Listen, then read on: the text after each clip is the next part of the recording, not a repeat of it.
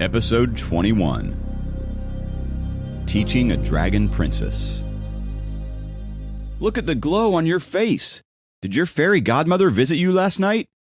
Sam chuckled as he walked alongside Jacob.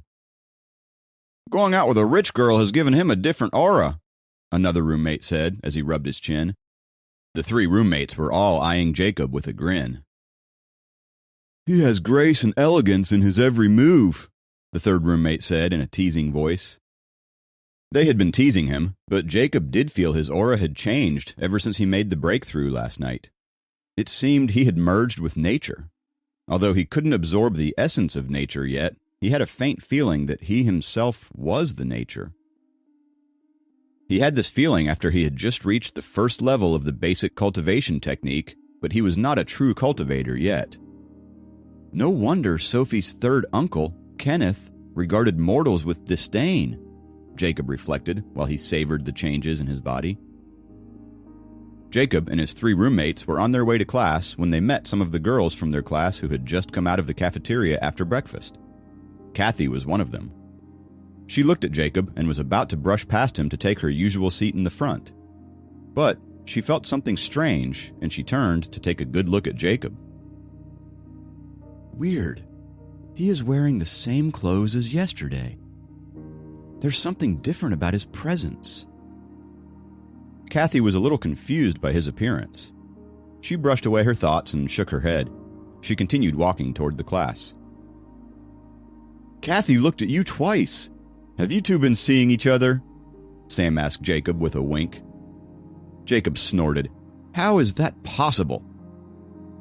In his heart, Kathy was not only the class president, but one of the most popular girls in the university as well. She was way out of his league. Besides, he was engaged.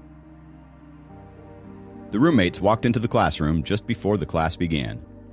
Taking a window seat to get some fresh air, Jacob dug out his study material and started to get ready for his tutoring session with Sophie. Why didn't you reply to my text yesterday? In the middle of class, Jacob received a text message from Kathy. Surprised, he looked up and met Kathy's gaze. He wondered why the diligent, always with her head in the books class president would send him a message during the class. Hurriedly, he looked down and answered her message. You mean about the long-distance run? I got it. You are the only participant in our class, and only 6 have been selected in our whole major to enter the games. I hope you won't disappoint me. She sent another text message. All of a sudden, Jacob had a palpable amount of pressure. The biennial athletic games in the university was a competition held among all the students, regardless of age. The most athletic students, selected from the tens of thousands of students in the university, would compete with one another. It was a big show. Got it, Jacob answered the text message. He had been a renowned long-distance runner in high school, but he had never entered any inter-school competitions and didn't gain points for it during his university entrance examination. Kathy had high hopes for him, but he was not so confident with himself. Although he was fast, he had spent almost all his time playing video games after he entered university. It had been a long time since he had put any real efforts into practice. Thinking that was the end of their conversation, he was surprised when Kathy sent him another text saying, Did you get a haircut yesterday? How come I feel like you look different today? No, I didn't, Jacob answered. Then Kathy stopped messaging him. Jacob wondered if he had sounded uninterested. He was immersed in high school English practice questions.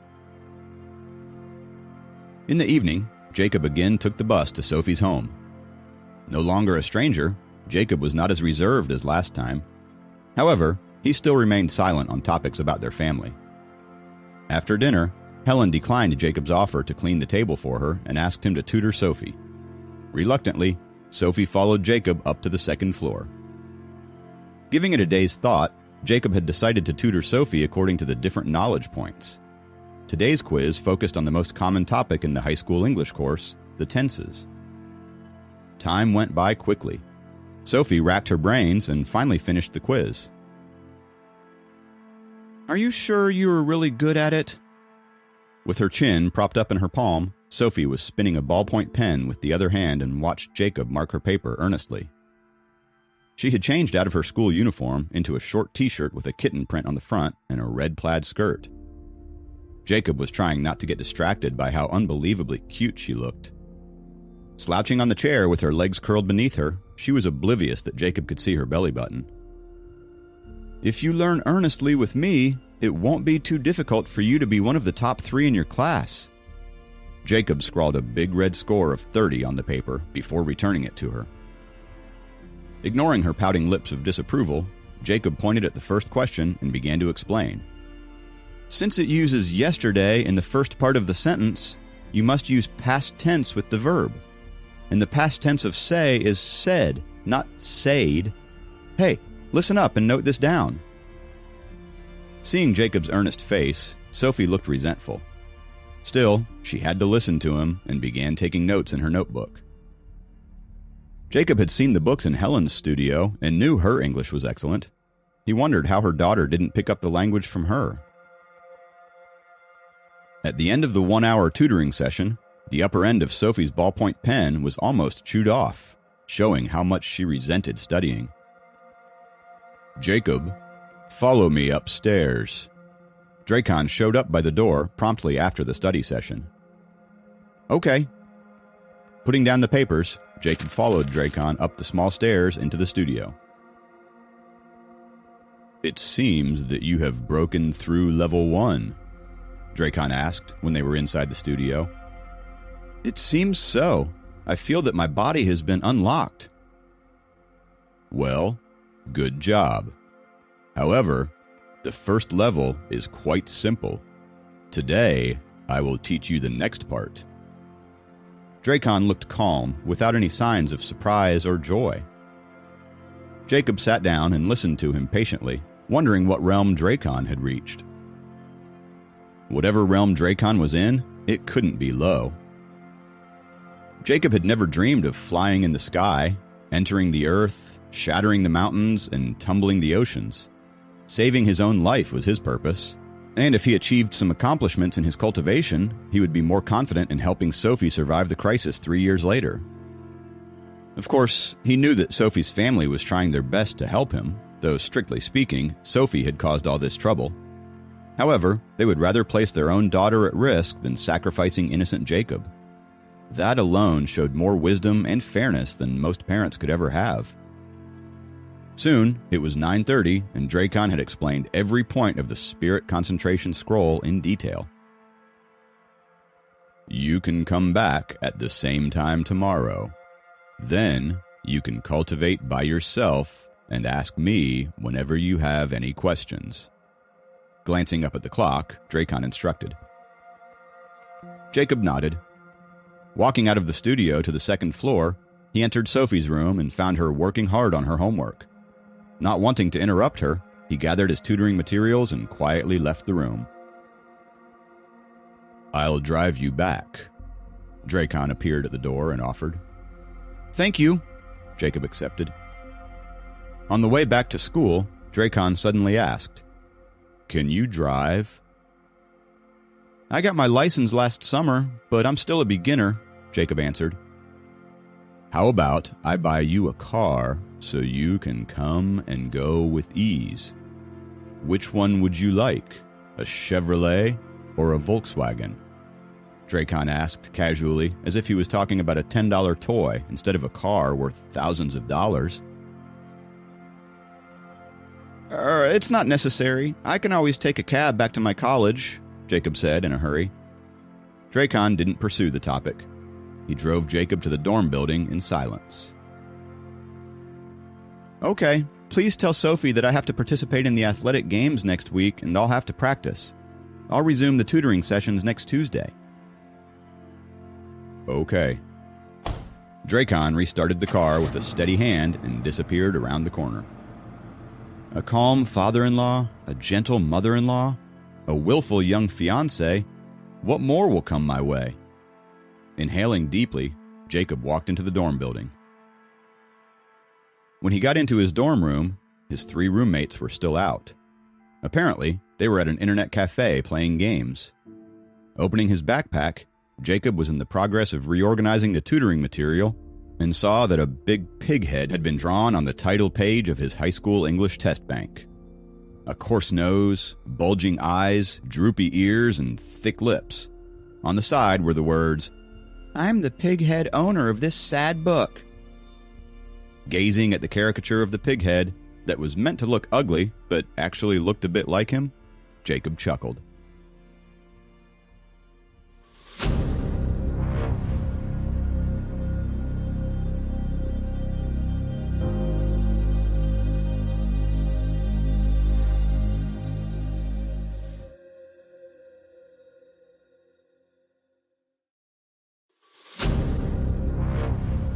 Episode 22. The Athletic Dragon. For the next 2 days, Jacob didn't tutor Sophie and spent his nights practicing long-distance running on the sports field. He wasn't expecting to win first place, but he didn't want to end up coming last either. During the first practice, he was happy to know that his running skills were still intact and he just needed to regain his form. The 400-meter racetrack formed the boundary of the soccer field, and as night fell, only 4 to 5 lamps illuminated the track.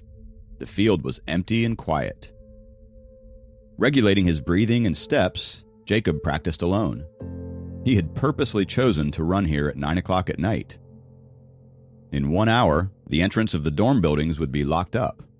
The basketball and soccer players had already gone back to their dorms, and so he would have no distractions while practicing. Today, in optical signal processing class, Susan, regarded as the prettiest teacher in the university, was wearing a black studded shirt, denim shorts, and brown leather boots. She looked so gorgeous that plenty of students seriously considered asking her out. But she didn't even glance at anyone's direction, not even at Jacob, whose sudden visit to her office last week had caused quite an uproar. She remained professional during the entire class and did not talk to anyone unless it was absolutely unavoidable. Although Jacob knew they crossed paths in another world, they had returned to the normal world and continued being strangers to each other. In this world, she was a teacher and he was like any other student. Though Jacob was sure that Susan must have gone to Elder Liam to talk about him. When Jacob practiced his form on the racetrack, his mind wandered a lot, and he couldn't stop thinking about his new dragon clan. Sweaty and lost in his thoughts, Jacob stopped abruptly when a basketball rolled towards his feet. He picked up the basketball and turned around to see where it came from, and he saw a tall guy approaching him. Looking at the strong build and the muscular physique of the guy, Jacob immediately knew that it was Michael. Wearing a white jersey, Michael stretched his brawny hands to take the basketball, and Jacob immediately tossed it towards him. Known as the most handsome and athletic student of the university, Michael was the president of the university's rock climbing club and the celebrity student who was even pursued by the most popular girl in the school, Lisa. Michael reached out and caught the ball that Jacob had tossed at him. With the ball safely with his owner, Jacob swung his arms and prepared to start jogging again. "Sophomore?" Michael said suddenly. "Huh? Yeah, I'm a sophomore." Jacob turned to face him. "I heard that you've also given your name for the 1,500-meter race?" he asked. Jacob looked at him cautiously, sensing a hint of hostility in Michael's voice. "I heard that you've been in the limelight quite a lot recently," Michael continued, while spinning the ball on his right index finger. "You think you're quite suave, don't you, Mr. Sophomore? Getting picked up by a limo and dropped back in SUVs. Acting stylish, aren't we now?" "Did I steal your show?" Jacob asked directly.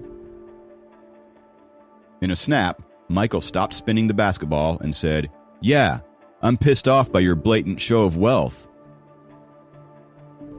Though he remained low-key, Jacob was never afraid of confrontation. Getting face-to-face with Michael on the racetrack, he asked, "So, as a senior, you want to teach me a lesson, don't you?" Michael didn't answer. Instead, he asked, "They say Susan asked you to her office all alone. What's going on between you and her?" Jacob sensed an intense amount of jealousy in his voice. "I have nothing to say to you. said Jacob, and sprinted off to practice for the race. Michael froze for a moment, surprised that an ordinary sophomore would be so arrogant. He gripped the basketball tight as he scrunched his face in anger and looked at Jacob sprinting away from him. By the time Jacob returned after his lap, Michael was gone. Jacob knew he had attracted a lot of attention in the past couple of weeks, and the several limo pickups on campus made him look like a big show-off. More importantly, Susan's invitation to her office made the popular guys envious as the girls were now eyeing Jacob. The boys on campus had the feeling that the fancy cars were an effort on Jacob's part to woo Susan, and it had worked. This infuriated them a lot. After all, their efforts only got the attention of college girls, but getting a pretty lady like Susan to go out with them was a dream come true. While she didn't even glance in their direction, Susan seemed to show a great deal of interest in Jacob, and it ticked off guys like Michael. Jacob didn't blame them. Susan was attractive, and he would be head over heels for her too if he didn't know she was an inspector of the Dragon Clan. It was almost 10 when Jacob jogged back to his dorm. Sam and his other 2 roommates were engaged in a fierce card game with Ken from the dorm room opposite to theirs. Jacob grabbed his towel and took a cold shower. He decided not to tell his roommates about the confrontation with Michael. Friday passed by quickly with only half a day of classes. As most of the students came from localities nearby, the university was usually quiet every Friday afternoon because most of the students went home. Sam and the others didn't want to go home this weekend, and they dragged Jacob and several others from the next-door dorm room to a nearby karaoke. After singing till their throats went sore, they went to a hot pot buffet. They stuffed themselves with beer and meat before returning to the dorm room for a game of cards. The day went by like a breeze. It comforted Jacob that he had a fun and trustworthy group of friends with him, no matter what happened. They did everything together. Going to classes, skipping the classes, drinking, and feasting. Sophie's third uncle would never appreciate this kind of happiness enjoyed by mortals, Jacob thought to himself. At 9 o'clock, Jacob put down the cards in his hand and said, "I'm going to the sports field to practice for the race." He didn't have a single glass of beer that day. His focus was on the competition. "Oh, don't go. It's no use practicing with only a few days left before the race. Play cards with us." Sam tried to stop him. "I can regain some of my form with practice. Ken, come over and play cards." Jacob stuffed his cards into Ken's hands. "It's on me if you lose, and you get all the benefits if you win." Grinning at the promise, Ken took his cards and sat down immediately. Jacob changed into his running shoes and jogged to the sports field. The campus was extremely quiet on Friday nights. When he was passing by the office building, Jacob looked up involuntarily as a weird thought occurred to him. Susan should be home now, shouldn't she? But where does she live? Helen said Susan had some special connection with the North Atlantic Dragon Clan, and Jacob wondered what it was. Maybe that was why she took a teaching position at the university? He was staring at Susan's office door when he saw 2 girls passing by, and when he met their gaze, they snorted in disdain. Every guy in college, more or less, was caught staring at Susan's office in hopes of seeing her. She couldn't be found anywhere else because she never lingered in corridors, had conversations with other teachers or students, or stepped in the cafeteria. Her unattainability made her even more desirable. Jacob left the corridor and reached the sports field. He began to run 10 laps according to his plan. He found that his stamina recovered faster than before, and he wondered if it was a result of the breakthrough into the first level of the Spirit Concentration Scroll. The dim lights extended Jacob's shadow while he enjoyed the vast sports field and the loneliness of the night. Circulating the energy according to the Spirit Concentration Scroll and savoring nature's essence, he regulated his breathing and steps as he ran at a steady pace. His clothes floated in the air. Jacob didn't realize there was a bright and calming aura around him when he ran. Every step he took was steady and firm, while a light breeze swam around him and swayed his clothes. The order of nature had unknowingly influenced Jacob, and each of his movements were as easy as a breeze. It was as if his body had become part of the 5 elements. After 10 laps were done, he decided to run for 10 more laps. Jacob was surprised that his strength had not diminished at all. He was practicing long-distance running, but he felt like he was strolling casually without any strain in his steps. Huh? During his second round of laps, he suddenly had a feeling that someone was watching him from a corner. He looked towards the entrance and saw Kathy. She was wearing a long chiffon floral dress and was sitting quietly on a step a dozen meters away. She was watching him with a wide, expectant smile on her face. She looked so pretty in the dim lights of the field. Jacob smiled back and decided to approach her.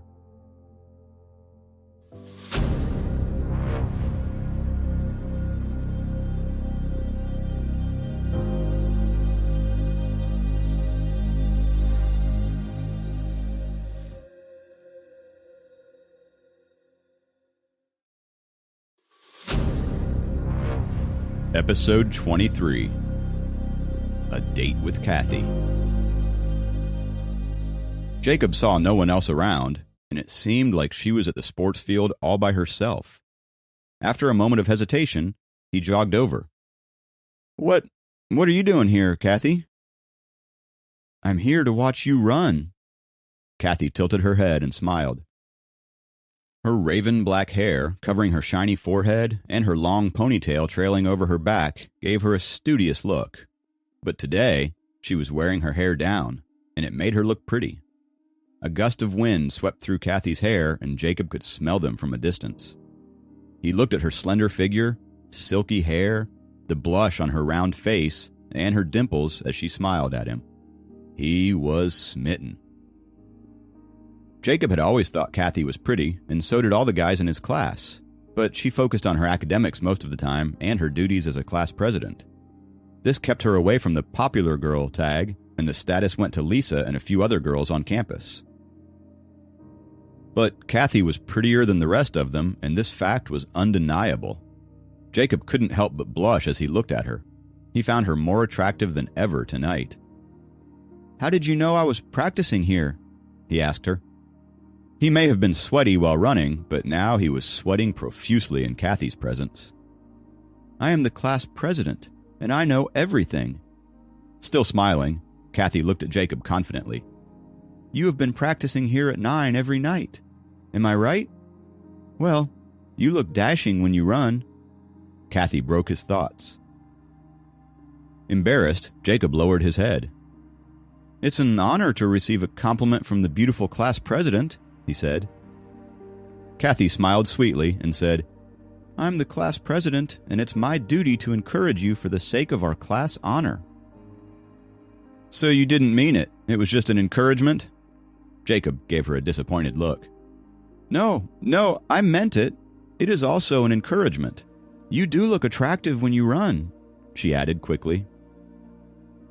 The moment she said that, she felt she was a bit hasty in showing her feelings. She lowered her head and bit her lip. "Thank you for coming down to see me practice and to encourage me." Jacob dug out his mobile phone from his pocket. "It's now 9:40. The dorms will be locked up if we don't hurry back." "Today is Friday, and they won't close until 12, Kathy reminded him. "Oh, I had completely forgotten." Jacob thought for a moment and said, "But it's still late, and I have finished my practice. How about I walk you back?" "Aren't you hungry?" Kathy asked him abruptly. Jacob stared blankly at her for a moment. "I have instant noodles in my dorm." Seeing the silly expression on Jacob's face, Kathy smiled. "I'll treat you to a late-night snack as a reward for practicing so hard." Okay, sure," Jacob nodded. He had not expected that Kathy would invite him to a late-night snack, or a late-night anything for that matter. The fact that she came to watch him practice at night itself was a big surprise. "Wait a minute." Jacob asked Kathy to stay where she was before dashing across the field and picking up the jacket he had left on the grass.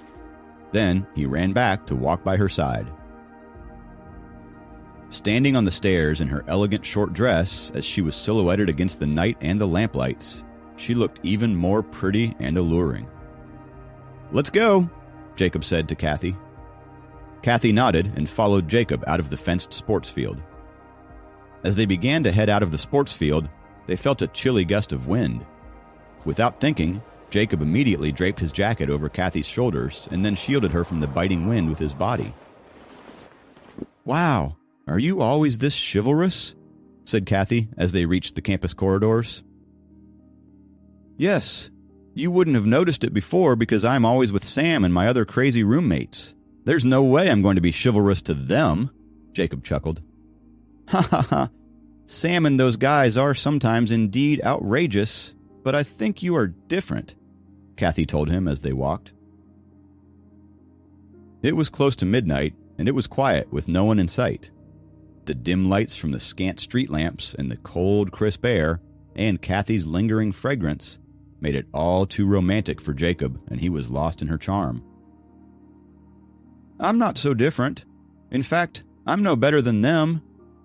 Jacob tried to stay honest. "I think you are more earnest with things. At least you have begun practicing days before the race."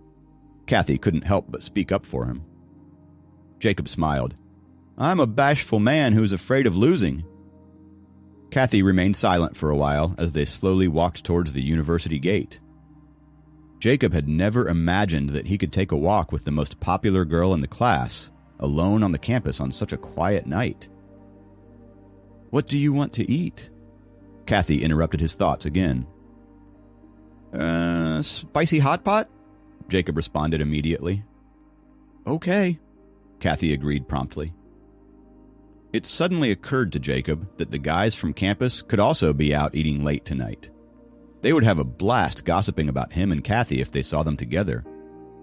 Kathy didn't seem to share his concern when she cheerfully walked to the only spicy hot pot stand near campus. She turned to ask Jacob, "What do you want to eat? Pick whatever you want." Seeing her excited about treating him, Jacob set away his concerns. He picked up some skewers of meat and vegetables and placed them in a basket before handing it to her. They sat at a table in the open air and waited impatiently for the delicious-smelling skewers to be picked up from the pot. "Guys, don't show up now," Jacob prayed silently while they were waiting for their food. "Why do you look so nervous?" Kathy looked at Jacob and questioned him. "No, I'm not." Jacob looked at the pretty girl in front of him. "This is my first time eating a late-night snack with you, the class president. Of course, I'm a little nervous." "Is it your first time eating a late-night snack with a girl?" Gazing at Jacob with her bright eyes, Kathy asked again. "Who told you that? It isn't true at all. When I was in high school, I had a girlfriend," Jacob blurted out. Seeing Jacob's stiff expression, Kathy giggled. "I don't believe it." Jacob curled his lips in embarrassment and decided to turn the question on her. "Miss Class President, you are so pretty, you must have had many boyfriends before." Kathy shook her head, and her hair swayed as she did. Her hair looked shinier under the streetlights. "I guess we're more alike than I thought," Jacob said, without thinking. "2 spicy hot pot dishes." The stand owner's wife brought the food to them. Jacob noticed that not only the stand owner's wife, but the guys eating nearby as well were sneakily looking at her. "Eat." Kathy looked at the food and handed a pair of chopsticks to Jacob. "Kathy, why didn't you go home this weekend?" Jacob asked her while he opened up the packet of chopsticks. "Because I wanted to watch you run," Kathy answered without thinking. She snickered at the surprised look on Jacob's face. Okay. I stayed to help the student council organize the sports event." "So inviting me to the meal was not in your original plan?"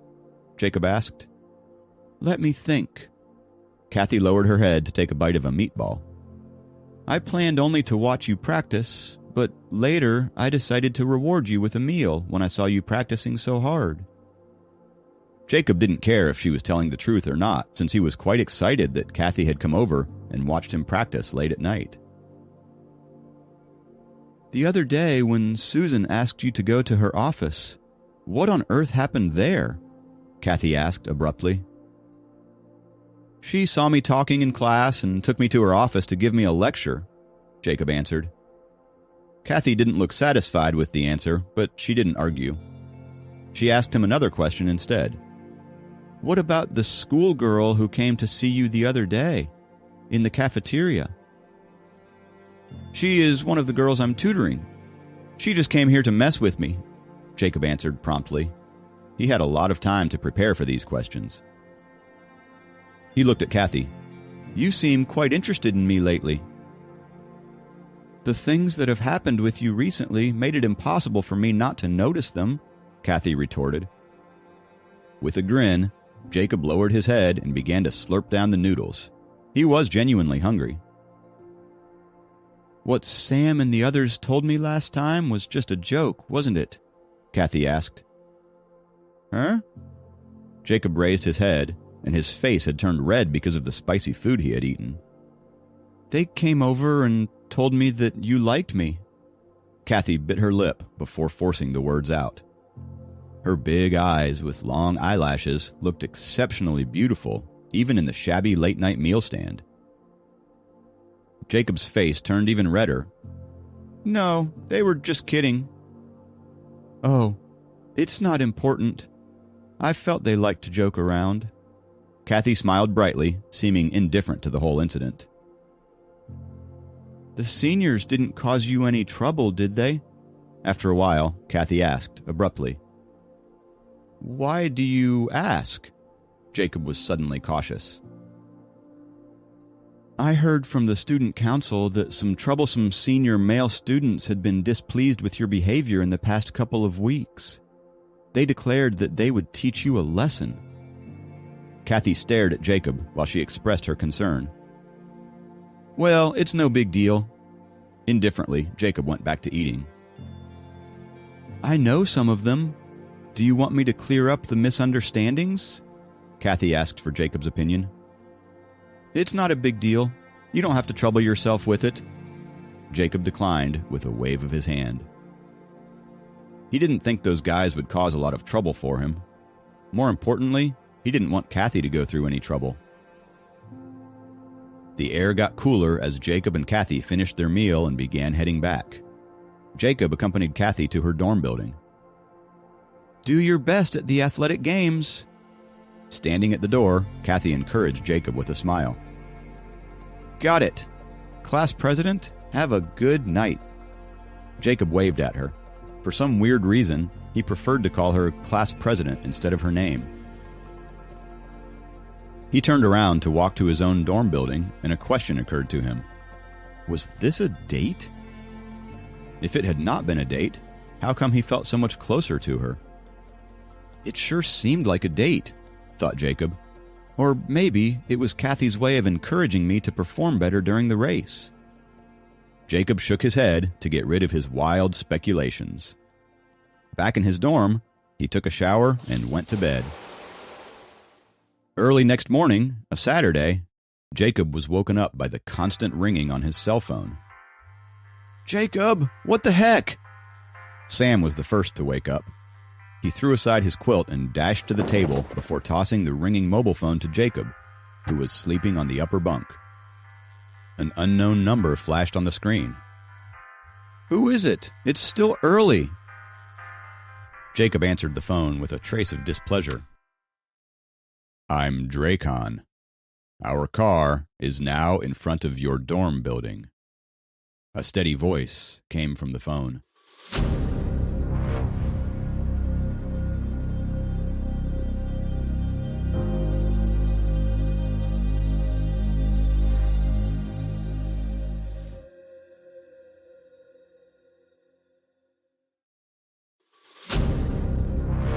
Episode 24. A Family Weekend. Dracon's voice stupefied Jacob for a few moments. He quickly put the phone down and rushed to the balcony and saw the familiar black Chevrolet parked in front of his dorm. He went back into the room without thinking much and threw on some clothes and shoes. Jacob then picked up his phone and sprang out of his dorm and rushed downstairs. Dracon was in the driver's seat while Helen was in the passenger seat. Sophie was sitting in the back with a frown on her face. "Why are you here?" Jacob asked in surprise. "We are going on a weekend trip, and we are here to pick you up," Dracon responded calmly. Jacob was shocked at Dracon's assumption that he would readily agree to something like this. He began fishing around for an excuse. "Today, I'll have Liam speak to the school if there is something you need to do," Dracon said. Jacob struggled for a bit before he finally gave up. "All right, it's not a big deal. We don't need to speak to the vice principal." "Okay," Dracon nodded.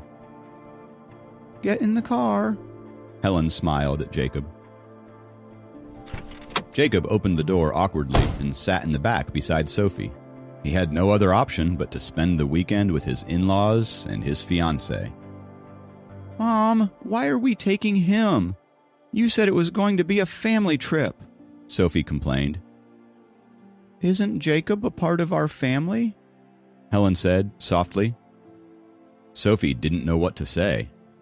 She thought about it, and Dracon interrupted just when she was about to argue again. "We'll just go back home if you keep complaining. You can go do your homework then." That threat certainly worked at suppressing her temper as she stopped arguing. She was not happy, though. Sophie thought that she was finally going to get a break from the chaos of the past few weeks. "Jacob, you haven't had breakfast yet, have you?" Helen turned around and asked gently. "It's okay. I'm not hungry," Jacob answered. "Open up the bag, Sophie. Give Jacob a sandwich," Helen said. Sophie opened the Ziploc bag and kept it open for Jacob. He took out a ham and cheese sandwich and said, "Thank you." Dracon pulled out of the college driveway and cruised along the empty roads. Sophie lurked in the corner and kept her distance from Jacob. It had nothing to do with Jacob, though. She just wanted a quiet weekend away with her parents and not think about her marriage for some time. But it was obvious that wasn't going to happen with Jacob accompanying them. They soon touched the highway, and each one of them was enjoying the smooth ride. Since no one was talking, the long drive and similar views outside the window were starting to make everyone sleepy. Both Jacob and Sophie began dozing off. Jacob was sleepy anyway because of all the running practice and the late night with Kathy. As for Sophie, it was due to her excitement of the trip today that made it difficult for her to go to sleep last night. The comfortable seats of the car made her want to sleep as well. As they dozed off, their bodies leaned towards the middle of the back seat, and they ended up holding each other without realizing. "We are here." A crisp voice woke them both up. Jacob and Sophie slowly woke up as they realized that they had been holding each other for hours as they slept. "Oh my God!" exclaimed Sophie, embarrassed as she woke up next to Jacob, his arms wrapped around her. She had a sound sleep, too, and that made her feel even more embarrassed. They both quickly recovered from their stupor and focused on the destination. The surrounding view of green mountains and clear waters soon put a happy smile on her face. Jacob wiped the drool from his mouth and got out of the car too. He realized that they were at the foothills of a green hill. "What place is this?" asked Jacob. "Wildcat Mountain," Helen answered. "Wow!" Jacob was surprised at how pretty it looked. Wildcat Mountain State Park in Wisconsin was a haven for hikers and campers. Though Jacob had heard a lot about it, he had never bothered to make a trip here. "Let's go to the top of the mountain today and climb back for the stay," said Helen. "Huh?" Jacob was surprised. He was still coming to terms with the idea of this spontaneous trip, and now to hike all the way to the top and climb back down? And to stay with a dragon family? It was all too much. Jacob couldn't run away, even if he wanted to, because he didn't know how. He wasn't even sure if any bus would take him back. Plus, he had made a commitment to protect Sophie. How could he back out now? Sure, the plan seemed a bit forced, but it was all to bring the family together. Jacob sighed and tried to get comfortable with the situation. "Let's put our belongings down at the hotel first," Helen suggested. Dracon put away the car key as he nodded. He took the large traveling bag from her and headed towards the hotel nearby. Although Dracon didn't talk much, Jacob could feel the tacit understanding and loving relationship between him and Helen. "Here." Sophie stuffed her backpack into Jacob's arms and skipped behind her dad. Jacob felt a little awkward knowing that he had to stay with them for 2 days. However, there was no way back at the moment. He threw Sophie's backpack onto his back and followed them to the hotel with a shrug. Dracon paid for 2 rooms, and suddenly something dawned on Jacob. "They wouldn't make me share a room with Sophie, would they?" Jacob thought to himself. "Let's go." Dracon patted him on the shoulder after noticing Jacob's hesitation. Jacob suddenly realized that he would be sharing a room with Sophie's dad, and Sophie would be in the other room with her mom. "What was I thinking?" Jacob mumbled to himself as he walked into the room with Dracon. Their rooms were opposite each other. Jacob followed Dracon into the room and found that the rooms were elegantly decorated, even though they weren't too large. He pulled back the curtains, and the beautiful scenery of Wildcat Mountain came into view. A wave of fresh air caressed his face. He had never breathed in such clean air in the city. "Put everything down and freshen up a little before we start the climb," Dracon said to Jacob. "Okay." Jacob put Sophie's pink backpack on a chair and walked into the bathroom. He brushed his teeth as well as rinsed his face. He had left his dorm room in such a rush that he didn't even have time to do that. It was pretty embarrassing, come to think about. The 3 of them were already waiting at the door when Jacob stepped out of the bathroom. "So slow," Sophie mumbled. Jacob was amused at her anger and smiled lightly as he picked up her pink backpack and put it on his shoulders. He gave her a little nudge on the way out. She smiled for a split second and then became serious again. They all stepped outside the hotel and began exploring their whereabouts. Come on, let's begin the hike," Helen said as they reached the beginning of the trail. "Okay, let me give my grandma a call first. I was supposed to go visit her this weekend," Jacob suddenly remembered and took his phone out. He dialed home and told his grandma that he wouldn't be able to visit her this weekend since he was going out with his classmates. His grandma wasn't upset and told him to have fun. Jacob bit his lip as he lied to his grandma. Helen noticed the way Jacob spoke to his grandma and felt that he was affectionate and responsible. She was more sure than ever about this man marrying her daughter. "The air here is really fresh. You should bring your grandma here sometime. There is a homestay at the foot of the mountain. Children your age bring their parents here to escape the heat, as well as enjoy each other's company. The elders can play cards, chat, and try out some refreshing dishes. This place is pretty relaxing and popular," Helen said to Jacob as he hung up the phone. Jacob smiled at Helen. "I am so not ready to tell Grandma about Sophie, but Helen makes it sound all so simple," thought Jacob and sighed out loud. Plus, he didn't know how Grandma would react if she came to know he's marrying someone so much younger than him. "We are a family, so don't be so formal. Loosen up a little. Let's start the climb." Helen smiled at Jacob and began ascending, holding Dracon's hand.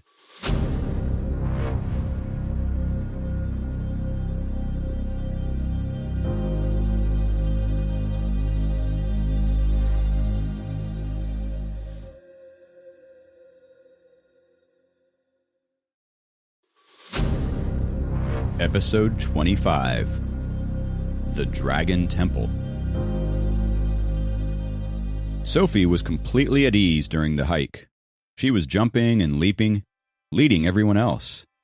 She wore a short denim skirt with patches of cotton fabric to create a funky look, and a white sleeveless shirt with a collar. Jacob couldn't help but notice her slender body moving swiftly up the hill. He also noticed that she felt happy around greenery and nature. At least they had something in common, that and their undecided future in the Dragon Clan. Sophie had worn branded sneakers, the kind that make hiking a breeze. Jacob had never thought of buying such expensive shoes. In fact, he never had the kind of money to even look at such shoes. But since Dracon was one of the richest people in the country, it wasn't surprising to see Sophie buy such expensive things. Jacob soon found out that the choice of clothes for Sophie was her mother's doing. Her designer instinct did an amazing job on Sophie's wardrobe. No wonder Sophie always wore such well-paired outfits, complementing her physique so well. Even the popular girls at his college didn't have such a unique fashion sense. Jacob, on the other hand, was wearing a collared shirt with stripes and baggy pants. His shoes were dirty from yesterday's practice, and he obviously didn't have any time to clean them. The only thing about him that could attract any attention was the tiny pink backpack on his back. That, too, didn't belong to him. It was Sophie's. It felt strange for him to be wearing it. Sophie rushed ahead, and Dracon and Helen were walking side by side with Jacob. While Dracon's outfit was casual, Helen went for a young, athletic look by wearing trendy joggers. It was impossible to tell that she was the mother of a girl in high school. They continued climbing up the mountain and were getting close to a peak. At every point, the trio found Sophie outracing them. They always found her waiting on a boulder or sitting on the grass. She impatiently rolled her eyes at them the moment they caught up, like an annoying checkpoint. Her inability to hold herself back reminded Jacob of the times when he went sightseeing with his parents in his childhood. Sophie, along with her family and Jacob, finally reached one of the sights on the mountain. The view was breathtaking and surreal, and the entire patch was surrounded by greenery. The breeze was cooler and the atmosphere was quiet except for the melodious hum of the critters. A stream lazily meandered down the trail, matching the tune of the critters with its gurgling noise. Sophie spread her arms as she looked at the beautiful view and took a deep breath of fresh air. Her tiny nostrils flared as she did that, and Jacob couldn't help but look at her. She was adorable, innocent, and so unique. It was incredibly relaxing and satisfying for all four of them to be one with nature again after having spent a long time in the city. Hand in hand, Helen and Dracon were taking their time to admire and appreciate the scenery around them. Since Jacob did not want to make Sophie uncomfortable, he strolled at a distance. Sophie continued to be an excited rabbit, sprinting and exploring ahead. "Sophie, slow down," Helen cautioned. "Mom, there is a cave here!" Sophie screamed passionately from ahead. Helen let out a chuckle. She turned around and waved at Jacob before walking ahead to join Sophie. "This cave was created due to the impact of the underground water. Streams in the mountain have formed secret paths inside the mountain. When they run into fragile and worn-out rocks, they would burst through. What we have seen on our way here are tributaries. The real water streams are all contained on the inside of the mountain." "How come there is no water in it, then?" Sophie asked curiously. "That is because the size and impact of the water streams also depend on the season. When the water stream is affluent, the water will seep through. Of course, it could also be that the stream had been diverted. In other words, this was formerly an exit that was blocked from the inside because of a small-scale landslide," Helen explained patiently.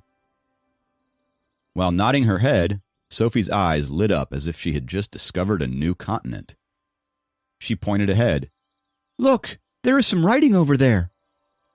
"Paradise on Earth. This was the doing of one of the ancestors of the Dragon Clan, who meditated in these caves.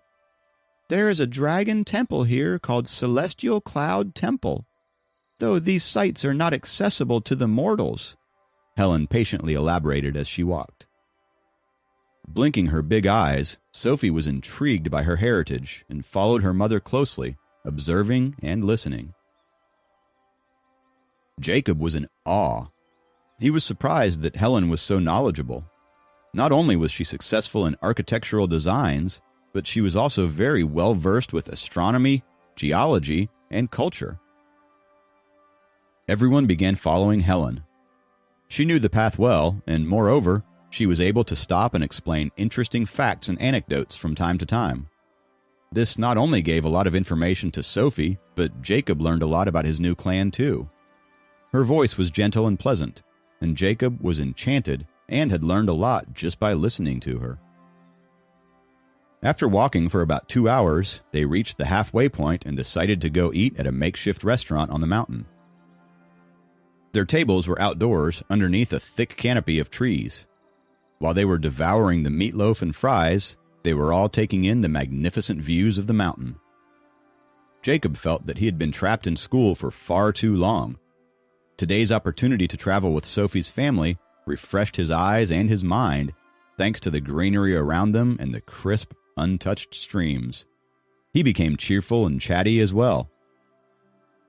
"There is a dragon temple on top of this mountain called the Oneness Temple," said Dracon. "It was said that one of our ancestors, Elder Elijah, had once cultivated here. The biggest palace in this dragon temple is called the Founder's Palace. All of its shingles were covered with rolled gold. They have a pine tree that is 2,000 years old as well. Moreover, there is a monument that was inscribed by Elder Elijah himself." As he was eating, Dracon suddenly became enthusiastic and smiled at Sophie. "That is fun!" Sophie looked to her father in anticipation. "Let's go check it out after we finish eating." "It takes 3 hours to get up there. Since there are no cable cars here, your mom and I will pass on this one. We plan to walk up a little more, but then we will take our time to go back down and get some rest at the hotel," Dracon replied. "Aw," Sophie was obviously disappointed. "I can totally climb up alone," Sophie said enthusiastically after thinking for a few seconds. "No way. We would be worried if you went up there yourself," Helen denied Sophie's proposition. Knowing that she could not defy her parents, Sophie sulkily lowered her head in silence. After their meal, they continued the climb. After walking for about half an hour and having checked out Elder Lord Cave that had immense history, Dracon and Helen were ready to leave. As much as Sophie wanted to continue upwards and to explore the dragon temple on top of the mountain, she could only follow her parents' orders now that they had decided to call it a day. Seeing that Sophie was upset and was pouting her lips, Helen said, "How about we make an exception and let you continue your tour here on the mountain?" Sophie's eyes lit up instantaneously, and a bright smile spread across her face. "But there is one condition. Jacob has to accompany you and stay with you at all times. Otherwise, we will be worried," Helen added. Biting her lip, Sophie struggled for a few seconds, but finally concurred. "Fine, I want to see what's up there." A shade of joy appeared on Helen's face as she turned to Jacob. "Jacob, please stay with Sophie. Come back down as soon as you reach the top of the mountain. Give us a call if you need anything. At your pace, 4 hours should be enough for you to go up and get back down here. It takes approximately 2 more hours to get down to the foot of the mountain, so that would be 6 hours in total. We'll expect you to be back in the hotel by 7 o'clock. Actually, Jacob did not want to go back to the hotel so early either. It was a rare chance for him to be able to be immersed in nature. He nodded at Helen and assured her by saying, "Yes, Helen, I will try my best to look after Sophie." Dracon gave Jacob a light, encouraging nod before turning around and leaving with Helen. Jacob knew very well that Sophie's parents were trying to create opportunities for him and Sophie to get to know each other through spending time alone. However, he did not want to overthink it, as all he wanted now was to visit the legendary Dragon Temple.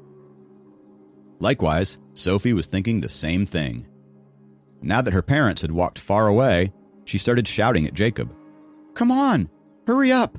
Let's go! It's a long way up!"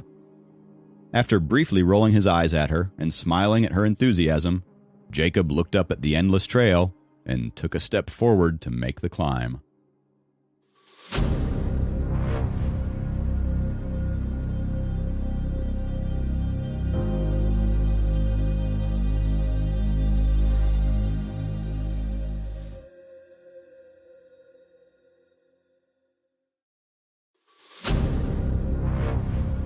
Episode 26.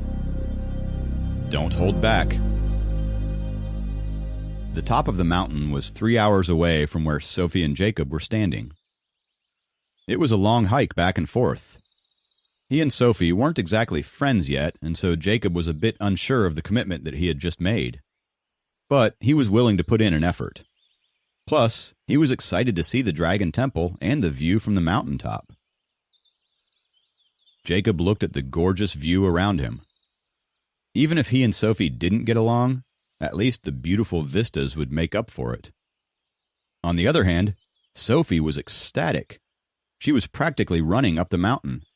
It was unclear whether it was because she could not wait to visit the Dragon Temple, or that she was eager to outrace Jacob. Needless to say, Jacob didn't want her to get lost or out of his sight. Taking a deep breath, he sped up and followed closely behind her. "Hurry! Hurry! See how slow you are?" While climbing upwards, Sophie turned around to press Jacob to go faster. Jacob stuck to the speed he was most comfortable with, but kept a close eye on the path Sophie was taking. He was walking at a good speed, though. After all, he was an athlete and a pro at long-distance running, and knew how to properly distribute his physical capacity. Unlike Sophie, who was sprinting without saving some energy for the latter part of their journey. About a half an hour later, Sophie, who had been climbing upwards in haste, was exhausted. Gradually, she began to slow down. Going at a steady pace, Jacob had caught up with Sophie within minutes after she had slowed down. In no time, he ran past her. "Hey!" Seeing that Jacob was going to outrace her, Sophie felt that he was going to leave her behind. Jacob was only being playful. He turned around after taking a few steps ahead of her. "What? Can you not run anymore?" he said with a straight face. Sophie's face was bright red. "I just want some water." She reached her arm towards Jacob and said, "Give me some water." Jacob opened her backpack, took out a bottle of water, and handed it to her. After gurgling down half a bottle of water, Sophie threw the bottle back to Jacob and he caught it. Placing the bottled water back in the backpack, he proceeded to climb slowly and waited patiently for Sophie to catch up. Sophie felt embarrassed at not being able to keep up after making such a fuss about climbing quickly. She slowly started to climb up behind him. She stopped making a fuss completely as she realized how nice Jacob was being to her. He had come on the trip spontaneously at her parents' command, he carried her backpack, and even readily agreed to escort her to the top of the mountain. On their way up, Jacob had been going at a steady pace and adjusted it according to his breath. On the other hand, Sophie now felt as if she was torturing herself by climbing. As she tried to keep up with Jacob, she was constantly out of breath, and her face had gone from bright red to pale white. She couldn't walk all that quickly anymore and took plenty of stops to catch her breath. Jacob opened up the map and studied it for a few seconds. "Well, we're halfway there. At our current pace, we should be able to get there in an hour." "Oh my God, another hour?" Sophie's face was filled with despair. As she imagined having to repeat the ordeal she had just gone through, her body couldn't help but feel weak and powerless. Jacob rolled up the map and got up on his feet again. Now that Sophie had finally caught her breath, she saw that Jacob was ready to move ahead without much of a break. Her admiration for Jacob immediately vanished, and she called out to him, "I'm still with you, you know. You could have at least given me a heads up before walking again." Jacob turned around and looked at her from afar. "What's wrong? he asked. You... Sophie was so tired that she couldn't form a complete sentence. Do you need a break? Jacob asked. Sophie's face had turned red from suppressing her feelings and her desire for a break. Even though she did need a break, she couldn't bring herself to say the words. She was afraid of giving Jacob a reason to mock or to look down on her. Oh my, it does seem a little tiring. Let's take a break here then. Jacob put down the backpack and placed it on the grass. He then sat down right next to Sophie. Well, as long as we both know that you are the one who wants to take a break. I haven't said a word about being tired, Sophie said with pride in her voice. Her face looked pale and she was worn out, but she was fierce and determined. They were sitting quite close and could hear each other's breath. Jacob suddenly remembered that there was a camera in the backpack. He took it out quickly and pointed it at Sophie. He clicked a picture of her, making her raise her eyebrows. What did you do that for? She asked. Well, it's not every day you turn multiple hues of red and pale from climbing a mountain. It is a moment to be remembered, Jacob said as he chuckled. Give me that camera, said Sophie and lunged at him. Jacob was squatting while clicking the picture and didn't have his feet firmly on the ground. He tumbled down even with the low impact of Sophie's lunge. Sophie was on top of Jacob, still reaching out for the camera, and Jacob continued to move his arms around to keep it away from her. They became children for a few minutes as they fought over the camera, and their clothes were soon enough soiled with mud. It was after several minutes that they realized how close they were to each other. The warmth of their bodies was suddenly evident to both of them. They looked at each other and stopped fighting. Jacob was pinned to the ground with Sophie's hands clutching his arms tightly. She slowly released her hands and began to get up, but fell on Jacob's chest. Jacob slowly held her arms and helped her up. She looked down on the ground and hid her blush. Jacob got up too and said, I can delete the picture if you want. No, that's okay, said Sophie, with her gaze stuck to the grass near her shoes. Let's take a picture together then, he suggested. Sophie looked up in surprise. I just thought your mom and dad might like it if we do. I mean, they want us to get along, don't they? Said Jacob, trying to break the sexual tension. Sophie quietly nodded and stood next to him to pose. They both smiled for the camera and immediately stepped aside after getting clicked. Promptly, Jacob put the camera back into the backpack and stood up. That's enough of a break. Let's get going. Jacob turned around and saw that Sophie's face was bright red from trying to catch up. He thought for a second and decided to slow down. If I had my dragon core, I could outrun you 100 times, Sophie said quietly. If you can't climb any more, it's not too late for us to turn back, Jacob proposed sincerely. There wasn't a trace of mockery in his tone. But Sophie was determined. Who said I couldn't climb any more? I will get to the top of the mountain for sure. Jacob's mouth curved into a smile as he actually found Sophie's determination to be quite commendable. Sophie's face was bright red as they climbed, and she was sweating profusely. Clutching her fist tightly, she abruptly took a deep breath and outran Jacob again. After that, she continued to run even faster. Jacob could only speed up and run alongside her. Just when they began to doubt whether they could make it in time, things took a different turn.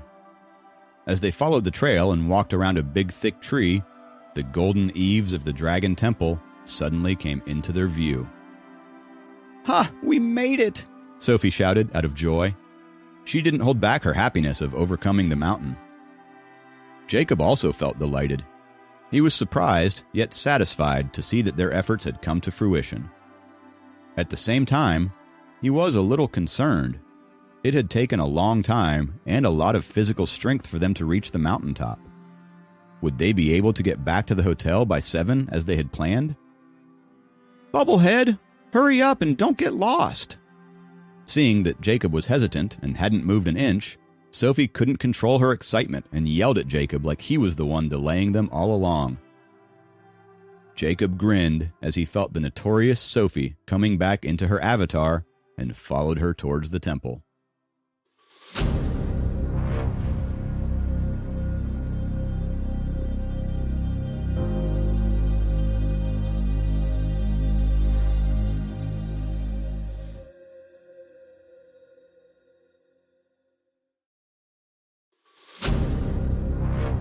Episode 27. The Walk at Dusk. Sophie leaped towards the dragon temple, and Jacob followed her enthusiastically. The golden eaves of the temple were soaking up the last bit of the afternoon sun, and the entire structure was gleaming. Since it was afternoon and the temple was situated on top of the mountain, there weren't any visitors. As there were no cable cars, only people who were fit and determined, like Jacob and Sophie, were able to visit the temple at this hour. Otherwise, one would have to start climbing early in the morning in order to arrive here by noon, and then spend the entire afternoon getting back down. Besides, the temple was kept a secret from the mortals, and no one except the Dragon Clan visited this serene place. Due to such odd hours, Sophie and Jacob didn't run into any visitors. In the yard of the Dragon Temple, volunteers were sweeping up fallen leaves. Sophie, who was yelling and shouting with excitement on her way in, had become quiet as soon as she stepped into the temple. The paving bricks in the yard were of different colors and had been put together to create a massive meditative pose. In the southwest corner of the yard, there was a tall, ancient pine tree. Jacob knew that this must be the 1,000-year-old tree Dracon had mentioned. With a heart filled with respect, he walked over to it calmly. As the temple did not have many visitors, the ancient tree had not been kept inside a fence. It had quietly taken its place in the corner of the yard. Jacob walked up and reached out his hand, gently caressing its trunk, which was full of senescence and fortitude. Its bark was rock solid and smooth. From its outer appearance, it did not even look like wood anymore. Jacob began running the concentration cultivation scroll and was becoming aware of nature's essence nearby. He was actually able to receive a burst of condensed wood essence from the rigid bark of the ancient pine tree. Moreover, the dragon core inside his body seemed to have resonated with the ancient tree, as Jacob could feel it vibrating inside of him. The warm and humid energy flow had traveled through Jacob's arms and towards the interior of the tree. At the same time, the ancient tree was also emitting a burst of wood essence towards Jacob, nourishing his body. Sophie watched Jacob quietly. She understood that he must be having an enlightening moment and did not want to interrupt him. After a full minute, Jacob withdrew his hand and breathed out heavily. The fatigue that he felt from climbing up the mountain had completely vanished. Instead, all that was left in him was pure strength and liveliness. With his heart full of reverence, Jacob slightly bowed to the ancient tree. Jacob noticed that Sophie had become dazed watching him. He called to her with a smile, "Let's go." For a few seconds, Sophie could not react properly. She couldn't help but let out a sigh and start following Jacob's footsteps. As she passed through the yard and entered the main palace, she was finally herself again. The smile that Jacob just gave her lingered in her mind, and she suddenly felt her heart flutter. Jacob didn't even realize how gently he had just smiled at Sophie. Upon entering the main palace, he raised his head to observe a larger-than-life statue of a former Dragon King. The main palace was giving off a grand and magnificent, solemn, and awe-inspiring atmosphere. It had instantly made Jacob feel that this visit was well worth their effort and time. Sophie was following Jacob closely. Being surrounded by solemn-looking statues had frightened her a little. Through the main palace, they walked into another yard. There was a stone hut to the east of the yard, and inside of the hut, stood a stone monument that seemed to have been there forever. Somehow, after the enlightenment at the ancient tree, Jacob suddenly felt that Dracon had told them about the ancient tree and the stone monument on purpose. Jacob stood in front of the stone monument and began reading carefully the text inscribed on it. "It is everlasting and cannot be named. It is the original void of non-being. This oneness is the essence of a dragon, which is invisible and formless.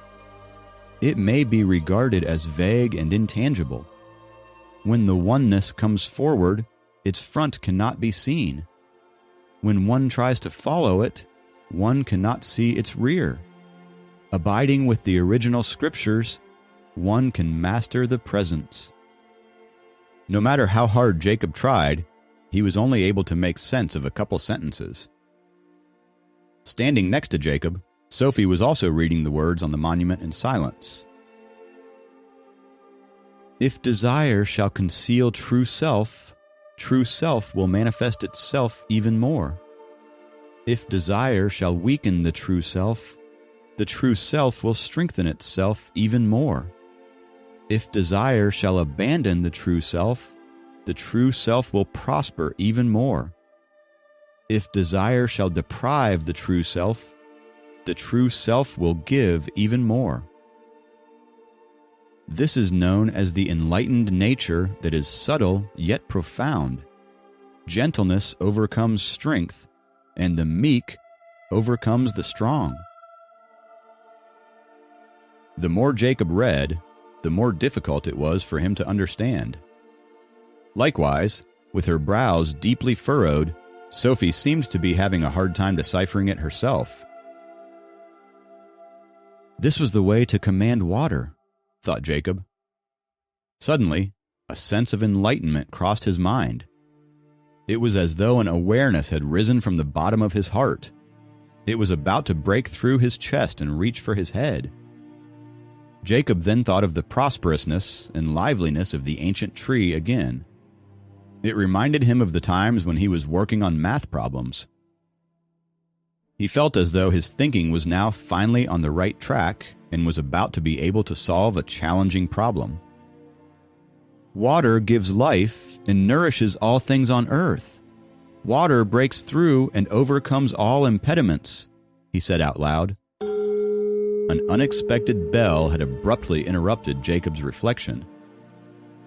Sophie, who was lost in her own thoughts, had also jumped at the loud noise. Jacob turned around and looked at his phone.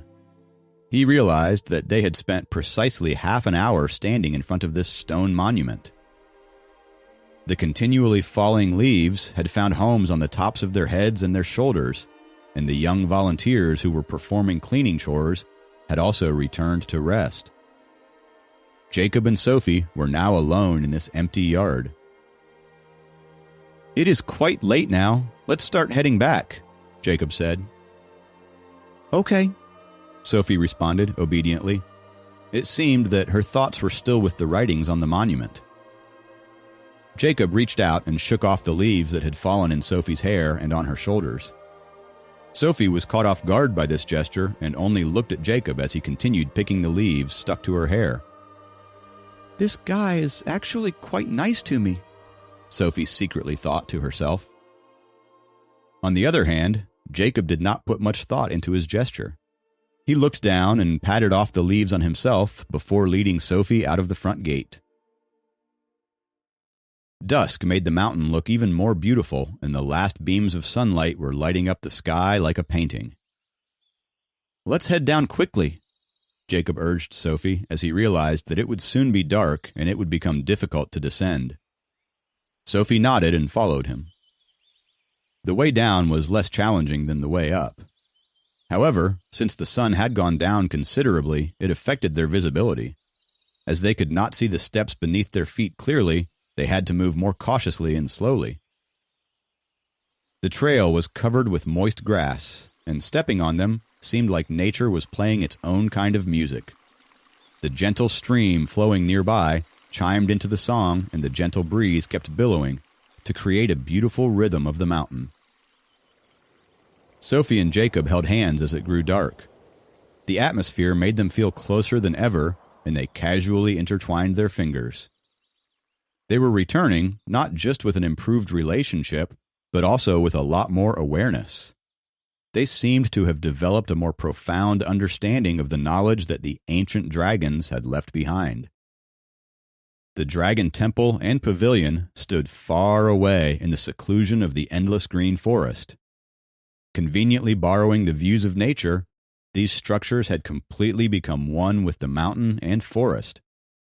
Such a splendid sight was a great experience for Jacob and made him respect the elders who had meditated on this mountain.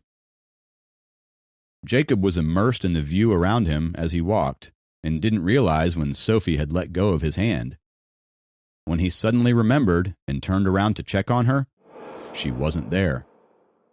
Jacob rushed back the path he had just come from and began looking for Sophie.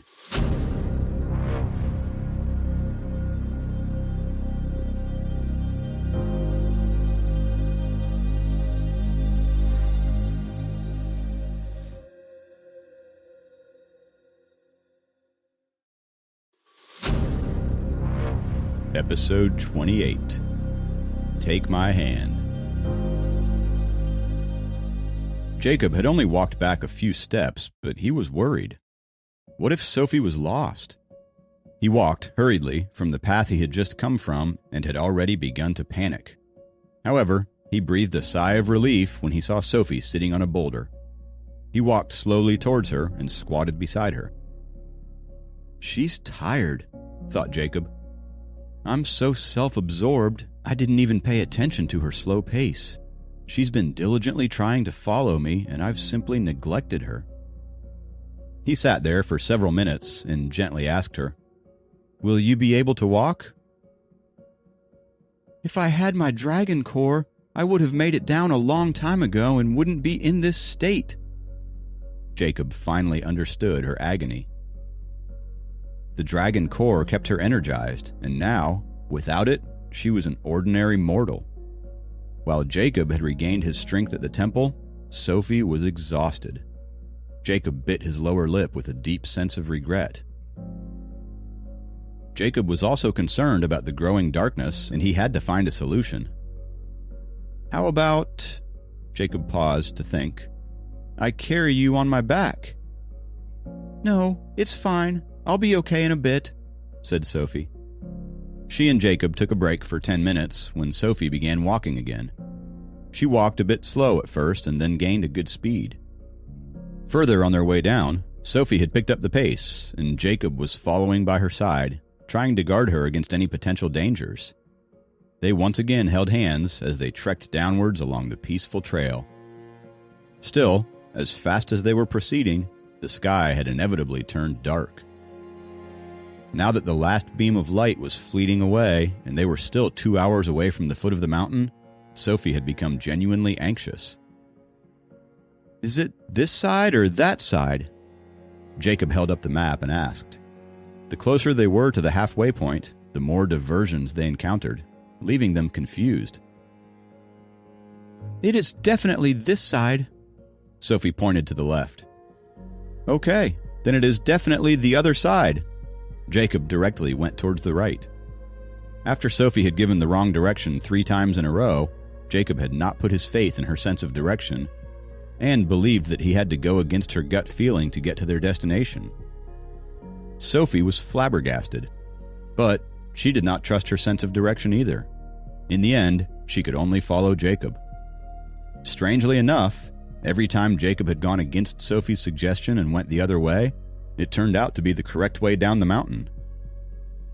There were no signs of anyone else the entire way down, and it was dead silent except for the voice of the critters. Consequently, the sounds of footsteps made by Jacob and Sophie were becoming more distinct as they echoed in the dark. As the sun had set, the gorgeous vistas that enchanted them had now become grim and gruesome. Being by themselves in the dense foliage and the loneliness of the mountain was making them feel eerie. Sophie was terrified by now. As a result, her speed had decreased and she was not walking briskly anymore. Slowly, she continued walking by Jacob's side. Jacob read her mind. He held her hand even tighter to make her feel safe. Sophie glanced at his direction and felt glad that he was with her. As they continued to tread along slowly, it kept getting darker, and soon it was 7 in the evening. They were 2 hours away from the hotel, going by their slow pace. Moreover, except the area near the Dragon Temple, which had cell towers, their cell phones had no signals anywhere else on the mountain. For them, there was nowhere to turn for help. Hence, Jacob and Sophie could only brace themselves and carry on. The path down the mountain was full of twists and turns. Sometimes they pointed upwards, and other times downwards. At times, the two had become confused whether they were climbing up the mountain or descending. Yet, overall, they felt that they were getting close to the foot of the mountain. "Hey, we're not going to starve to death here, are we?" Sophie couldn't help but ask. "If there is really nothing left to eat, then I'll eat you first," Jacob said to her. "You..." Wrinkling her nose, Sophie glared at Jacob while her cheeks puffed with anger. At least she wasn't scared anymore. Time was ticking away. It was already 8 o'clock at night. However, the foot of the mountains still seemed far away. Even the chirping of birds nestling in for the night seemed creepy to them. Sophie had no one to rely on but Jacob. She stayed close to him and held his hand even more tightly. Jacob was also unfamiliar with the mountain. As he did not bring a flashlight, he could only turn on his cell phone and make use of the weak light from it to light up the path just below their feet. He prayed not to miss a step and to end up rolling down the mountain with Sophie. On their way down, they found some peculiar insects that were emitting a golden light. However, these were not fireflies, as they tend to be lumpily attached to mountain cliffs. Sophie had an intense fear of insects. She cowered right next to Jacob and clutched onto his hand firmly. Regret had filled her heart.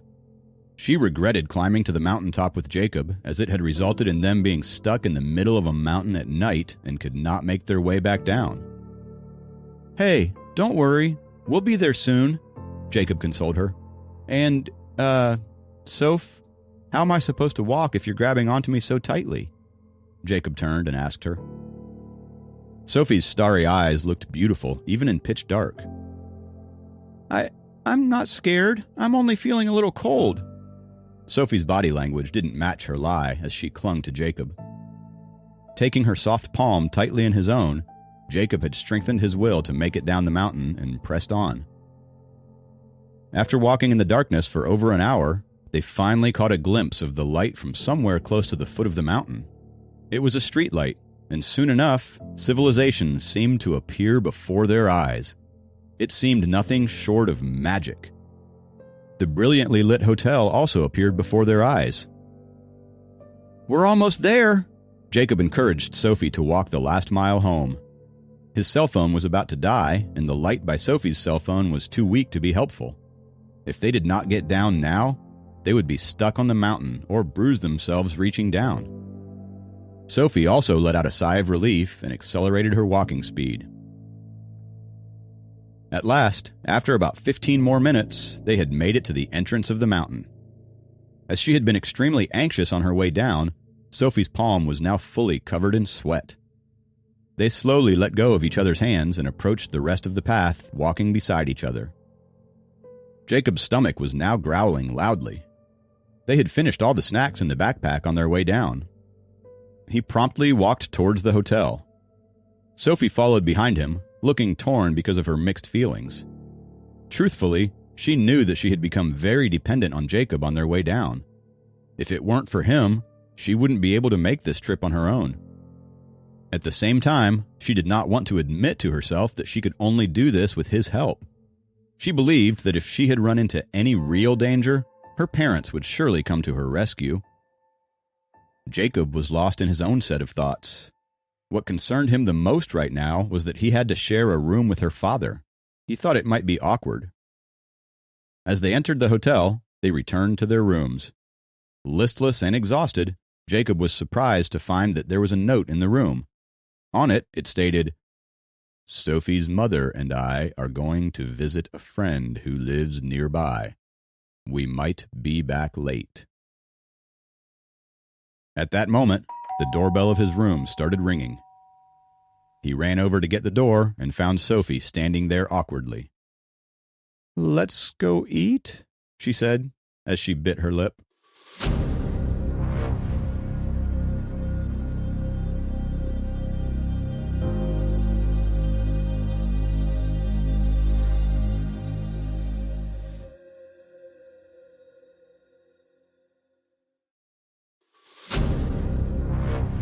Episode 29. Walking in the Moonlight.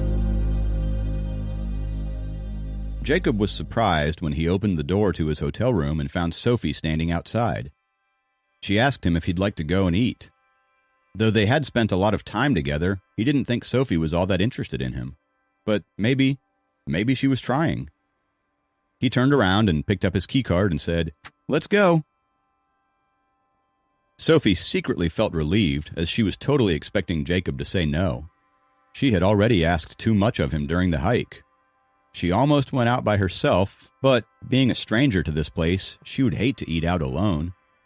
If only her parents were around, or her stomach was not violently voicing its dissatisfaction, she would not have come to ask out Jacob. The two walked out of the hotel and began looking for restaurants. It was already past 9, and they had to find something before it was 10 o'clock at night. Most of the restaurants had already closed. Not knowing where to look, they searched somewhat aimlessly in the areas close to the hotel. The hunt for the restaurant made them hungrier. Afraid that she might get lost, Sophie made sure to stay close to Jacob. Walking along a somewhat desolate street, they finally spotted a small restaurant ahead of them that was still open. They rushed into the restaurant and were about to place an order for 2 plates of food when they realized that there were a few shady guys sitting inside with a muscular build. One was bald, one had a mohawk, and the other had a long, shabby head of hair. Their clothes were either old or messy, or they were shirtless altogether. They seemed to have been drinking for hours and were cursing a lot while talking to each other. Sophie was scared and wanted to drag Jacob out of the restaurant. Jacob, on the other hand, gently grabbed her hand and comforted her by saying, "It's okay." He was starving and knew Sophie was too, and they had no energy to look for any other restaurants. Besides, it was impossible to find another restaurant that was open at this hour. He led Sophie to a corner table, and they both sat down. He then said to the owner, who had come up to greet them, "2 meatloafs, gravy, peas, mashed potatoes, and some fried chicken, please." He ordered on Sophie's behalf as well, because the restaurant didn't have much to offer. Besides, he didn't want them to stay there for too long.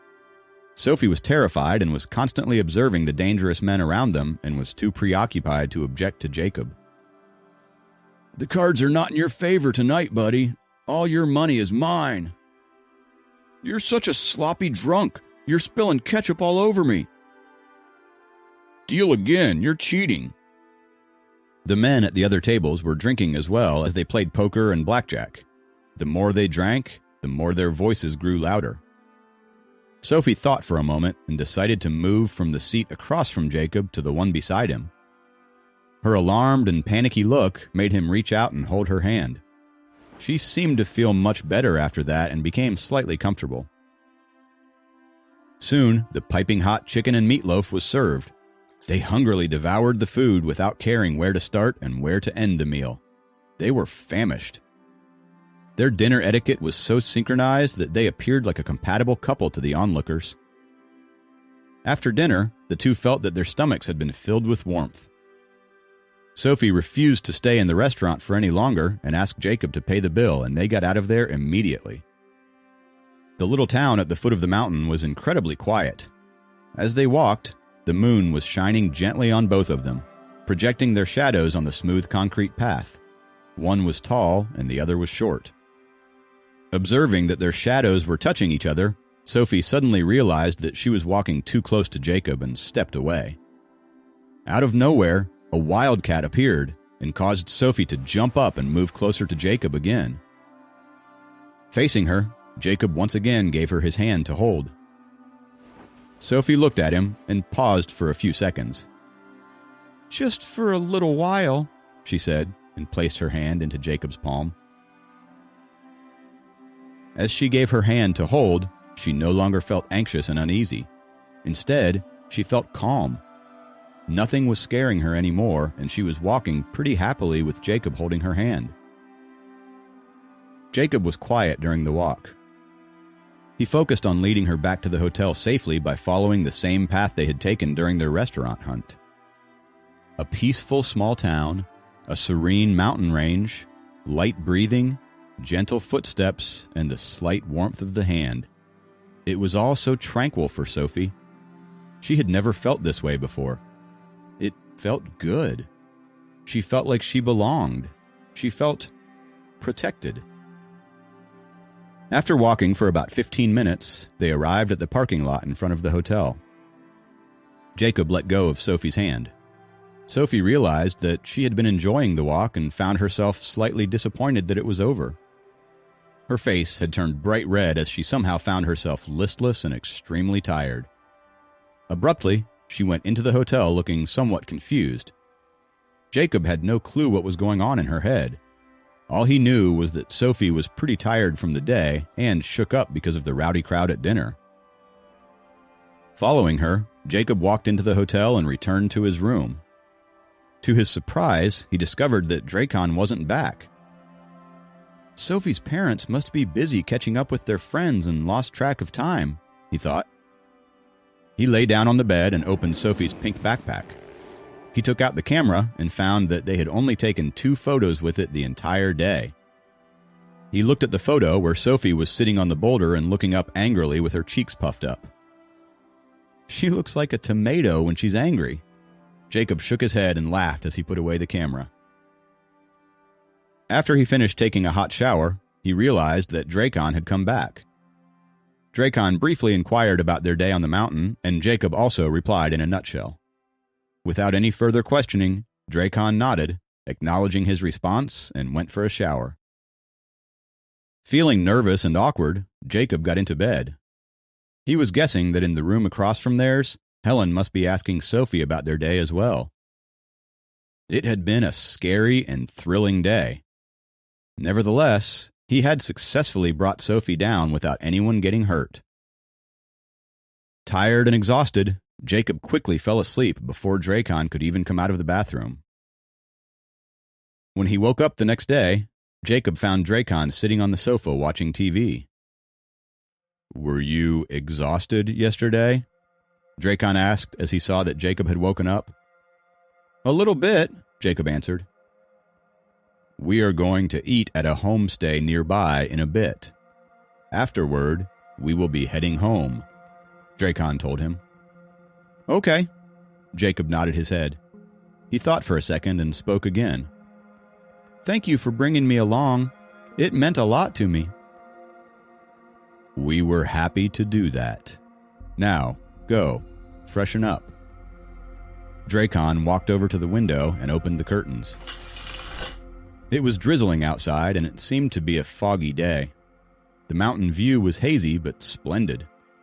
A cold breeze came in through the window and made the room temperature seem colder. It was way cooler than yesterday, but it was refreshing. Jacob put on his shirt and went over to the bathroom to freshen up. When he was ready, he followed Dracon out, and they went to knock on the door across from theirs. When the door opened, Helen appeared, and Sophie was followed closely behind her mother. Sophie was wearing a milky white t-shirt with a pair of purple joggers. It looked good on her. Jacob couldn't help but admire her beauty. Both mother and daughter were each wearing a straw hat. The coffee-colored, broad-brimmed straw hat perfectly matched the dark and light patches on Helen's floral dress, accentuating her elegance. Oddly enough, the straw hat seemed a little out of place with the rest of Sophie's ensemble, but she looked cute. "Let's go." Helen tenderly held onto Sophie's hand as she gave her keycard to Dracon. Dracon led Jacob, and the 4 of them walked towards the hotel reception. Walking through the winding corridor of the hotel, Jacob saw Wildcat Mountain. Showered with drizzling rain and mist, it looked like an impressionistic landscape painting.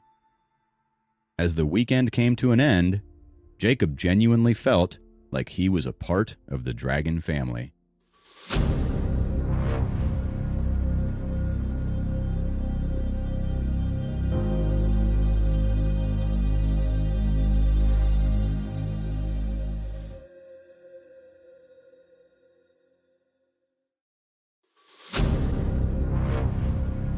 Episode 30, Sophie's Third Uncle.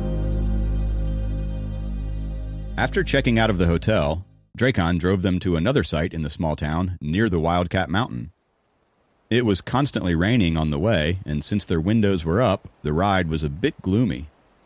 Sophie quietly played with the edges of her long t-shirt while looking at the rain. She changed to a different style of clothes than what she usually wore because the weather was a bit chilly today. Jacob had borrowed a shirt from Dracon, as the one he wore yesterday was completely drenched in sweat. Jacob was stealing glances at Sophie, who looked even more appealing in the foggy weather. The car stopped in front of a courtyard house. The owner heard the car driving in and came out to greet the four of them zealously.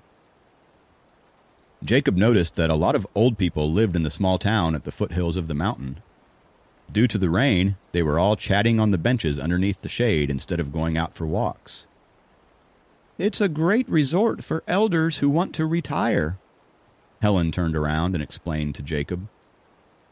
Jacob suddenly understood. This place was near the mountain. The weather mostly remained beautiful, and the air was always fresh. It was indeed an excellent place for retirement. The owner led them to a small backyard. Beyond the backyard, Jacob discovered a beautiful green patch in which there was a small alfresco restaurant. It was well hidden from the tourists. Bamboo fences, frames covered with grapevines, antique-looking square tables, and a small vegetable patch with loads of vegetables growing in it. All of this reminded Jacob of his childhood. Dracon found a table, sat down, and gestured to the others to take a seat as well. There were only 4 tables there, and it wasn't as noisy as other restaurants. It was still drizzling, but there was a parasol at the table keeping everyone's hair dry. The green cornfield kept on swaying like the wave, and water dripping down along the grapevines created a beautiful scenery. The restaurant's grilled meats and vegetables were cheap, but tasted delicious. They were made from homegrown, organic ingredients. Sophie's mother, Helen, once again began sharing stories about the house, the restaurant, and shared interesting anecdotes about the town. Sophie and Jacob both enjoyed listening to the stories about what happened before they were born. Even Dracon, who normally remained silent, was in a good mood when talking about the people and origins of Wildcat Mountain. He also chimed in and talked about the lifestyle of people who were of Jacob's grandparents' age, and that drew Jacob and Sophie's interest. Sophie had never experienced things like these, and that was why she was very interested. As for Jacob, he still had vague memories of his childhood. As Dracon kept talking, he felt more and more nostalgic. Halfway through the meal, Sophie felt like looking around and excused herself. Helen didn't stop her. She borrowed an umbrella and asked Jacob to accompany Sophie. Both of them rushed out of the small yard surrounded by the fences and went to the nearby vegetable farm for an adventure. There was very little rain, and Sophie was unwilling to hold the umbrella. She ran forward like a bird who just got released from its cage. She rolled up her pants and went inside the muddy cornfields with her sandals. Jacob wore sneakers and couldn't get down there. He could only watch her walk down the field and feel happy and free. Jacob was nostalgic, too. He remembered going to his grandparents' place in the countryside when he was young, and the countryside at that time was fairly similar to the scenery he was at right now. It was a pity that with the expansion of the city, the countryside was replaced by reinforced concrete, which later became factories, warehouses, and harbors. Sophie's feet were both covered in mud. She finally finished playing in the fields and returned happily to the ridge that Jacob was standing on. Due to the narrowness of the ridge and the slippery mud, she was unable to keep her balance and had to hold on to Jacob. Jacob grabbed her, and they both smiled at each other. They were clearly infatuated and somehow didn't want to hide it anymore. Plus, they were happy being in the countryside. They didn't even get a chance to touch the soil when in the city, so playing the fields felt like a dream come true. The tall cornstalks seemed to separate this field from the world outside, and they felt like they were in their own private world. Jacob looked up, and the chilly rainwater hit his face as he looked at the blue sky. Sophie looked down and smelled the refreshing soil that was drenched in rain. She heard the critters making sounds and smiled. "Let's go check the front, too," Sophie said capriciously as she grabbed Jacob's arm and dragged him along. It was rare for her to enjoy the real happiness of the countryside. How could she go back so easily? They came to a small river after crossing the cornfield. The river water was very clear. Although they didn't see any fish, the cobblestone riverbank was fairly beautiful. The rain dropped on top of the river and created thousands of ripples. Jacob held up the umbrella and let her appreciate the small river. In fact, experiencing the countryside in these mountains and forests not only excited Sophie, but also delighted Jacob. Sophie found a place with shallow water, went inside with her sandals for a bit, then returned to Jacob's side. Seeing that half of her body was soaked in water, Jacob was scared that she would catch a cold and gave her his hand to pull her back. She dragged him towards her instead, and he fell in with a splash. They both laughed loudly and stayed in the water, still holding each other's hand. As they walked back, Sophie continued to breathe heavily along the way, as if she wanted to carry the mountain air with her. They were smiling as they made their way out and returned to the restaurant where Dracon and Helen were waiting for them. Helen didn't blame her daughter when she saw her whole body covered with mud. Instead, she took out a napkin gently and wiped off the rain from her forehead. "How was it?" Dracon asked Jacob. "Pretty good. It's very rare to experience the feeling of the countryside," Jacob replied. "Yeah. We'll be returning to the city soon," Dracon sighed. Jacob nodded and looked at the green and lush mountains to take it all in before leaving. Sophie cuddled inside her mother's arms and seemed like she was reluctant to leave the countryside as well. Yet they had to go back. After half an hour, Dracon drove his black Chevrolet and took them back to the city. It was still raining.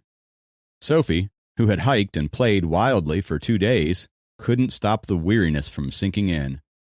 She leaned on the seat and fell asleep. Jacob looked towards the monotonous landscape of the highway. Feeling the quiet ambiance in the car, he suddenly realized that he seemed to be a lot closer to Sophie's family after the 2-day field trip. Helen and Dracon were indeed very kind to him. "After returning to the city, let's have a family dinner together," Helen, who sat in the front seat, said suddenly.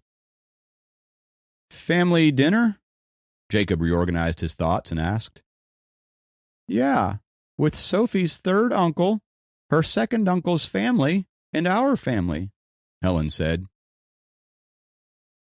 Jacob hesitated a bit and then politely refused. "I think it's too soon." "That's fine. We'll bring you back to your school," Helen said. She didn't have any intention of pushing Jacob. Jacob had another reason not to go to dinner. He knew another encounter with Sophie's third uncle could result in another fight. "Does Sophie's father have 2 siblings?" Jacob asked politely.